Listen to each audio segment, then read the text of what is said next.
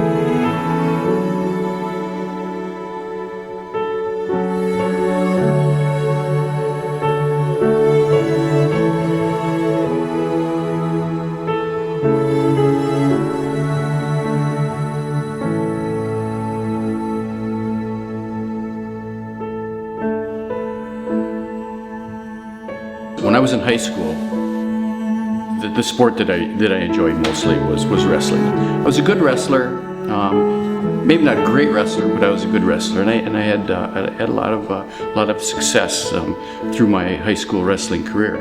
But there was one particular wrestling match that almost ruined all of my good thoughts towards wrestling. When I was a senior, I was wrestling in the finals of the conference, and my opponent dropped the weight right before conferences. He was a phenomenal wrestler, and even before I went out on the mat, I was thinking, there's absolutely no way I'm going to be able to beat this guy. It's just impossible. I got out on the mat in that first period. I did as much as I could just to stay away from him. Finally, I got into the second period. He turned me over, and I remember just laying on the mat and just thinking, come on, ref, just slap the mat, get me out of my misery. Slap of the mat.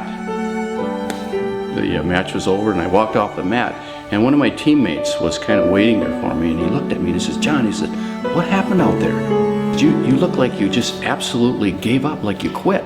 And I sat down on the bench afterwards, and I thought, what did I do? I let myself down, I let my team down, and for a long time afterward, it ruined all the success I had in wrestling. I wanted so much to wrestle that match over again. After I prayed about it, I made the statement at that time. I said, if ever I came to a point where the odds were against me, I would never ever give up. I would never ever quit. I would always try to do my best and give it my all. I was on the department for 36 years, just recently retired a couple years ago.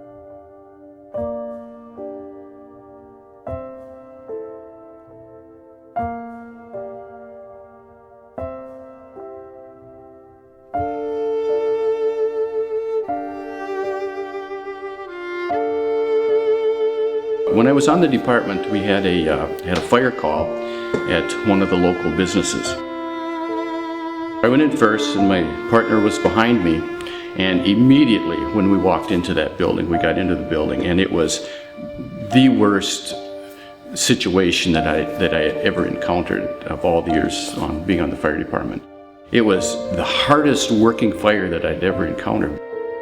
We were on our hands and knees, going through the building, just trying to find our way. I mean, visibility, there was none. It was so smoky, so dark. We finally got to the destination, to the doorway. I remember feeling around where this barricade was, and I grabbed the barricade and I threw it off to the side. And when I threw it off to the side, it caught my breathing apparatus, and it ripped the hose from my face. Immediately, it was just a rush of air. And when I tried to inhale, there was nothing there but heavy, heavy smoke. I dropped down back on my knees, and I headed out. On my way back, I was trying to hold my breath, but it was like trying to breathe underwater. I literally thought at that point that, you know, I don't know if I'm going to get out of this. I just kind of said, okay, God, if this is my time, I'm okay with it. At that time, I collapsed and I said to myself, I quit. I give up. I can't go any farther.